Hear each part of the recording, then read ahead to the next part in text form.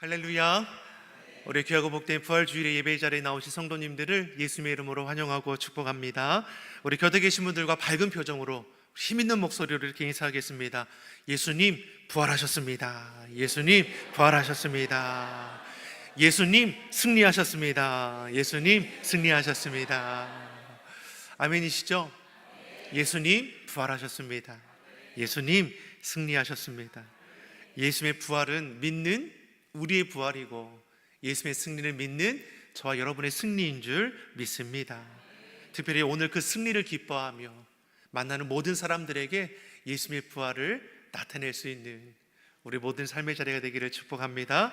특별히 오늘 오후 예배를 마치면 우리 지역을 또 봉사하는 귀한 시간도 함께 갖습니다. 지역의 거리를 청소하고 주님의 부활하심을 기뻐하며 또 복음 전하는 귀한 오후가 될 수 있도록 여러분 일정을 위해서 기도해 주시고 또 참여해 주시면 큰 은혜가 되겠습니다. 우리 그 마음으로 곁에 계신 분들과 다시 한번 인사합니다. 하나님께서 지키시고 도우십니다. 하나님께서 지키시고 도우십니다. 아멘이시죠? 하나님께서 우리의 삶을 지키시고 도우십니다. 우리를 얼마나 사랑하셨습니까? 독생자 예수님을 내어주시기까지 그 보혈의 피값으로 우리를 살려서 자녀 삼아주시기를 기뻐하시는 분이 우리 하나님 아버지시죠. 지금도 여전히 우리와 함께 하시며 우리 가는 길을 앞서가셔서 이끄시고 보호하여 주심을 믿습니다. 우리 인생길은 홀로 살아가는 길이 아니라 믿음으로 동행하는 길임을 잊지 않기를 바랍니다. 죄와 사망의 권세를 이기시고 다시 사신 예수님의 부활 승리는 믿는 우리의 부활 승리라 했습니다. 왜 예수님의 승리가 우리의 승리인 건가? 왜 예수님의 죽으심이 우리의 죽으심이 되는 건가? 갈라디아서 2장 20절이 우리에게 밝히 말씀해 주고 있습니다. 같이 한번 읽어보겠습니다. 내가 그리스도와 함께 십자가에 못 박혔나니 그런즉 이제는 내가 사는 것이 아니요 오직 내 안에 그리스도께서 사시는 것이라. 이제 내가 육체 가운데 사는 것은 나를 사랑하사 나를 위하여 자기 자신을 버리신 하나님의 아들을 믿는 믿음 안에서 사는 것이라. 아멘. 우리가 예수님을 영접하는 그 순간에 우리는 주님과 연합됩니다. 한 몸을 이룬다라고 성경은 우리에게 가르쳐 주죠. 예수님이 내 마음 가운데 들어오시는 것이고 내 삶의 중심이 예수 그리스도가 거하시게 됩니다. 예수님과 내가 연합하게 되니 예수님의 죽으심이 내 죽음이 되는 것이고 예수님의 부활 승리가 믿는 우리의 부활 승리가 되는 것입니다. 저 한번 따라하겠습니다. 예수님 승리, 내 승리. 예수님 능력, 내 능력. 자신 없으세요? 다시 한번 해보겠습니다. 예수님 승리, 내 승리. 예수님 승리, 내 승리. 아멘이시죠? 예수님의 부활 승리, 나의 부활이고 승리이고 예수님의 행하신 놀라운 그 권세가 믿는 우리에게 더하심을 믿습니다. 오늘 본문의 말씀은 어떠합니까? 부활의 아침에 일어난 일을 우리에게 말을 보여줍니다. 본문 1절과 2절 이렇게 말씀하지 않습니까? 1절, 2절 같이 한번 보겠습니다. 안식일이 지남에 막달라 마리아와 야고보의 어머니 마리아와 또 살로메가 가서 예수께 바르기 위하여 향품을 사다 두었다가 안식 후 첫날 매우 일찍이 해 돋을 때에 그 무덤으로 가며. 예수님께서는 금요일 오후 3시에 운명하셨습니다. 당시 안식일은 금요일 해 지는 때부터 토요일 해가 지는 때까지입니다. 해가 질 때의 시간을 오후 6시라고 했을 때에 예수님께서 운명하시고 나서 얼마 지나지 않아 안식일에 시작되니 장례 절차를 제대로 진행할 수도 없었습니다. 겨우 아리마다 요셉을 통해서 예수님의 시신을 수집하여 안장하는 것밖에는 할 수 없었다라는 것이죠. 그러니 안식 후 첫날에 주일 아침 해 돋을 때에 여인들이 예수님의 시신을 장사하기 위해 준비해 놓은 향품을 가지고 이른 시간에 그 무덤으로 찾아가고 있다라는 것을 말씀해 줍니다. 예수님께서는 십자가의 예고를 3차례나 하지 않으셨습니까? 이방인들에게 넘겨져서 능욕을 받을 것이고 온갖 수치와 목욕, 채찍질을 당하시고 십자가에 달려 죽게 될 것을 말씀해 주셨습니다. 그렇게 끝나는 것입니까? 다시 3일 만에 살아나실 것을, 소망의 말씀을 저들에게 주었다라는 것이죠. 그런데 어떠합니까? 막상 예수님께서 체포당하시고 골고다 언덕에 올라가시는 그 모든 과정 가운데 제자들, 믿음의 무리들은 다 떠나가지 않습니까? 몇몇의 여인들만이 슬퍼하며 예수님을 지켜보았다라는 것이죠. 이른 아침 여인들은 예수님의 시신을 안장한 무덤을 찾아가면서 서로 말하는 것이 3절에 보니까 누가 우리를 위하여 무덤의 그 문, 가로막은 그 돌문을 열어줄 수 있을까? 당시 예수님의 시신을 안장한 무덤 입구를 커다란 돌로 막아두었습니다. 왜 그렇습니까? 유대 급권자들은 예수님께서 생전에 십자가 예고를 통해서 다시 살아나실 것에 대해서 들었습니다. 혹시나 제자들이 예수님의 시신을 도적질하여 부활을 조작하지 않을까, 설마 그런 일은 없겠지만 하는 엉뚱한 생각을 하는 것이죠. 그래서 예수님을 시신을 안장한 그 돌 무덤에 큰 돌을 막아두었다라는 것이죠. 누구도 그 문을 열고 들어가지 못하게 했다라는 것입니다. 이 같은 사실을 알고 있는 이 여인들이 어찌 우리의 힘으로 무덤의 입구에 가로막은 큰 돌을 옮겨서 예수님의 시신을 그렇게 장례할 수 있을까? 걱정하고 있는 것이죠. 그런데 어떤 일이 있습니까? 무덤에 도착해 보니까 자신들이 걱정하는 것과는 무색하게 4절에 보니 무덤 입구를 막아둔 그 심히 큰 돌이 굴려져 있었다라는 것이죠. 그러니 이 여인들은 예수님께서 다시 살아나셨을 거라는 것은 전혀 생각하지 못하고, 혹 누가 예수님의 시신을 훼손한 것은 아닐까 하며 그 무덤가에 급히 들어가게 되는 것이죠. 그런데 어떤 것을 보고 놀라게 됩니까? 5절의 말씀입니다. 본문 5절의 말씀을 같이 보겠습니다.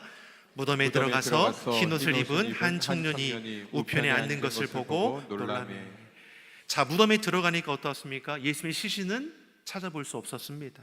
근데 그곳에 흰옷을 입은 한 청년이 앉아 있는 것을 보았다라는 것이죠. 흰옷 입은 청년은 누구를 가리키는 겁니까? 천사를 가리키죠. 무덤 문을 열고 있고 예수님의 시신을 보이지 않고 천사를 마주하니 여인들이 놀라며 떨게 됩니다. 이때까지도 여인들은 예수님이 다시 사셨다라는 것을 깨닫지 못했습니다. 천사는 그러한 여인들을 향해 놀라지 말아라, 예수님이 다시 사신 부활의 기쁜 소식을 전하게 되는 것이죠. 6절의 말씀입니다. 6절의 말씀 같이 보겠습니다. 청년이 이르되 놀라지 말라, 너희가 십자가에 못 박히신 나사렛 예수를 찾는구나. 그가 살아나셨고 여기 계시지 아니하니라. 보라, 그를 두었던 곳이니라. 아멘. 여인들이 이른 아침에 무덤을 찾아간 것은 부활하신 예수님을 기뻐 맞이하기 위해서 간 거 아닙니다. 예수님의 시신을 장사 지내기 위해 향품을 가지고 찾아간 것이죠. 예수님은 앞서서 3차례나 십자가 예고에 대해서 말씀해 주셨습니다. 부활의 기쁨에 참여하도록 이미 앞서서 다 말씀하신 것이죠. 근데 이 같은 부활의 기쁜 소식을 믿고 기다리는 자는 없었다라는 겁니다. 다만 여인들은 예수님의 시신을 장사 지내기 위해 찾아간 것인데 그곳에서 천사를 통해 다시 사신 예수님의 기쁜 소식을 전해 듣게 되죠. 사랑하는 성도 여러분, 예수님은 죄와 사망의 권세를 이기고 다시 사셨습니다. 그런데 이 여인들은 어떠합니까? 빈 무덤을 보고도, 천사의 말을 듣고도 제대로 믿지 못하고 있죠. 요한복음 20장의 말씀을 보면 마리아가 빈 무덤가에서 울고 있습니다. 예수님이 다시 사셨다라는 것을 믿지 못하니 누가 예수님의 시신을 훼손한 건 아닌가, 가져간 건 아닌가, 그렇게 슬피 울었다라는 것이죠. 더욱 재미있는 것은 요한복음 20장의 말씀을 보면 부활하신 예수님께서 슬피 우는 마리아에게 어찌하여 울며 누구를 찾느냐 물었다라는 것이죠.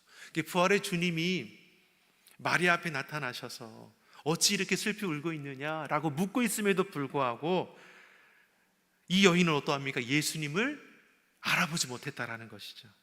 다시 말해 자기 고집, 자기 생각에 붙들려 있으니 부활하신 주님조차 제대로 보지 못했다라는 겁니다. 오늘 본문에서 여인들의 모습이 어떠합니까? 천사가 여인들에게 가서 이 기쁜 소식을 전하라 했습니다. 7절에 다시 사신 예수님께서는 너희보다 먼저 갈릴리로 가시나니 전에 너에게 말씀하신 대로 거기서 만나리라 했습니다. 부활의 기쁜 소식이 여인들에게 전해졌습니다. 그런데 여인들의 반응이 어떠합니까? 본문 8절이 이렇게 우리에게 가르쳐 주죠. 8절의 말씀을 같이 보겠습니다. 여자들이 몹시 놀라 떨며 나와 무덤에 도망하고 무서워하여 아무에게 아무 말도 하지 못하더라. 아멘. 여인들이 몹시 놀라 떨며 도망했다라는 거죠. 무서워서 아무에게도 아무 말도 하지 못했습니다. 물론 나중에 제자들을 찾아 부활의 첫 증인이 되었지만 당장에는 그 무서운 마음이 더 컸다라는 것이죠. 사실 이 같은 모습은 우리가 제자들을 통해서도 보게 됩니다. 부활의 기쁜 소식이 제자들에게 전해졌을 때에도 바로 믿지 못했습니다. 오늘 보면 11절에 그렇게 증거해 주지 않습니까? 제자 중 도마는 어떠합니까? 그 부활의 소식을 들었지만 하는 말이 무엇입니까? 내가 예수님의 못자국 난 그 손을 보고 내 손가락을 그 못자국에 넣어보며 내 손을 창에 찌른 옆구리에 넣어보지 않고는 나를 믿지 못하겠다라고 했습니다. 부활하신 예수님은 그런 제자를 만났을 때 믿음 없다 책망하지 않으셨습니다. 오히려 그렇게 할 것을 말씀하죠. 요한복음 20장 27절에서 예수님께서 이렇게 말씀해 주셨습니다. 같이 보겠습니다. 도마에게 이르시되 내 손가락을 이리 내밀어 내 손을 보고 내 손을 내밀어 내 옆구리에 넣어보라. 그리하여 믿음 없는 자가 되지 말고 믿는 자가 되라. 이리 와서 내 손가락을 내밀어 내 손을 보고 내 옆구리를 만져봐라. 그래서 믿음 없는 자가 되지 말고 믿는 자가 되라 말씀하셨습니다. 이렇게 예수님 부활하신 이후에 흩어진 제자들을 친히 찾아가시죠. 제자들은 흩어져 주님을 알지 못했던 그 이전의 삶으로 돌아갔습니다. 그러한 제자들 한 사람 한 사람을 찾아가 예수님을 만나주시죠. 낙심하에 시리에 빠졌던 제자들을 찾아가 위로하고 다시금 소망 가운데 인도해 주십니다. 이후로 제자들은 부활의 증인으로 복음 전도자로 그 삶을 세워가게 되죠. 세상 그 무엇도 두려워하지 않게 됩니다. 예전에는 예수님을 버리고 도망했던 제자들인데 이제는 복음을 위하여 예수님을 위하여 자신의 생명을 내어주게 되는 것이죠. 사도행전 4장의 말씀을 보면 복음을 전하는 가운데 베드로, 요한이 공회에 잡혀 옥에 갇히게 됩니다. 사내들인 공회는 예수님을 대적하며 군중들로 하여금 예수님을 십자가에 못 박으라 선동했던 자들이죠. 이들의 권세가 막강했습니다. 베드로, 요한을 잡아다가 감옥에 가두었습니다. 그리고 저들에게 하는 말이 무엇입니까? 예수의 복음을 전하지 말라라는 거죠. 이때 베드로와 요한이 저들을 향해 하는 말이 무엇이냐? 사도행전 4장 19절 20절에 이렇게 우리에게 가르쳐 줍니다. 같이 한번 보겠습니다. 베드로와 요한이 대답하여 이르되 하나님 앞에서 너희의 말을 듣는 것이 하나님의 말씀을 듣는 것보다 옳은가 판단하라. 우리는 보고 들은 것을 말하지 아니할 수 없다. 아멘. 할렐루야. 베드로와 요한의 그 삶의 모습이 완전히 바뀌지 않았습니까? 예수님을 모른다 부인하고 무서워 도망했던 제자들이 부활하신 예수님을 다시 만남으로 산소망을 가지고 성령 충만함을 입어서 죽기까지 주의 복음을 증거하는 전도자가 됩니다.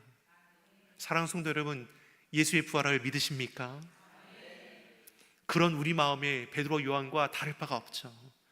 베드로, 요한 어떻습니까? 그 부활 신앙을 가지고 이 땅을 살아가니 세상 그 무엇도 두려울 것이 없습니다. 부활의 첫 열매가 되시는 주님과 연합함으로 천국 영생을 소유하며 이 땅이 전부가 아님을 알아가는 삶이 되는 것이죠. 세상 그 무엇도 두려움의 이유가 되지 못합니다. 담대히 주님의 복음을 증거하며 사랑의 증인의 삶을 살아가는 것이죠. 예수님께서 말씀하지 않으셨습니까? 너희가 세상에서 환난을 당하나 담대하라, 내가 세상을 이기었노라. 그 무엇도 우리를 정죄할 수 없습니다. 이렇듯 믿는 자들은 예수님 안에서 감추인 비밀을 깨달아 아는 자들이죠. 예수께서 이르시되 나는 부활이요 생명이니 나를 믿는 자는 죽어도 살겠고 무릇 살아서 나를 믿는 자는 영원히 죽지 아니하리니 이것을 내가 믿느냐. 영접하는 자 곧 그 이름을 믿는 자들에게는 하나님의 자녀가 되는 권세를 주셨으니 주 예수를 믿으라. 그리하면 너와 내 집이 구원을 얻으리라. 사랑하는 성도 여러분, 부활의 기쁜 소식을 전하는 부활의 증인된 삶을 살아가기를 간절히 소망합니다.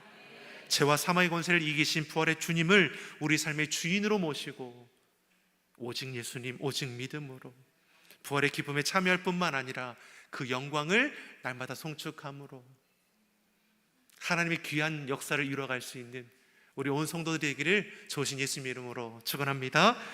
기도하겠습니다. 사랑의 하나님 아버지, 부활 신앙, 부활 소망을 가지고 살아가는 주의 성도들 되게 하여 주시옵소서. 우리 삶의 모든 자리에 부활의 빛으로 임재하여 주셔서 세상 어둠은 물리치게 하시고 주의 영광에 참여하게 하여 주시옵소서. 이 세상 그 어떠한 것도 두려워하지 않고 거룩하신 하나님의 자녀로 부끄럽지 않게 살게 하여 주시옵소서. 무엇보다 주의 사랑을 나누고 베풀기를 원하오니 십자가 사랑의 전달자요 복음의 증인이 되게 하여 주시옵소서. 사망 것에 이기고 다시 사신 예수 그리스도의 이름으로 기도드립니다. 아멘.